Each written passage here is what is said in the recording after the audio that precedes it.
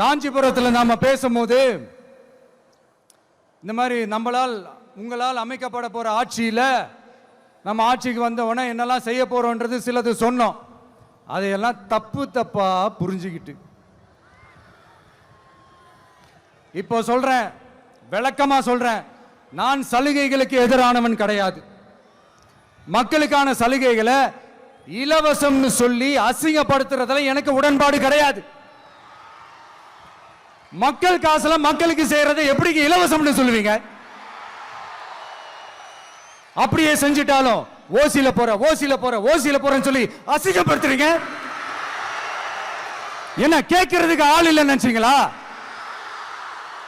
மக்களுக்கு ஒண்ணுன்னா இந்த விஜய் வந்து நிப்பா, இந்த விஜய் வந்து கேள்வி கேட்பா. இந்த விஜய் எப்பவுமே மக்கள் பக்கம் தான், அதே மாதிரி மக்களும் என் பக்கம் தான்.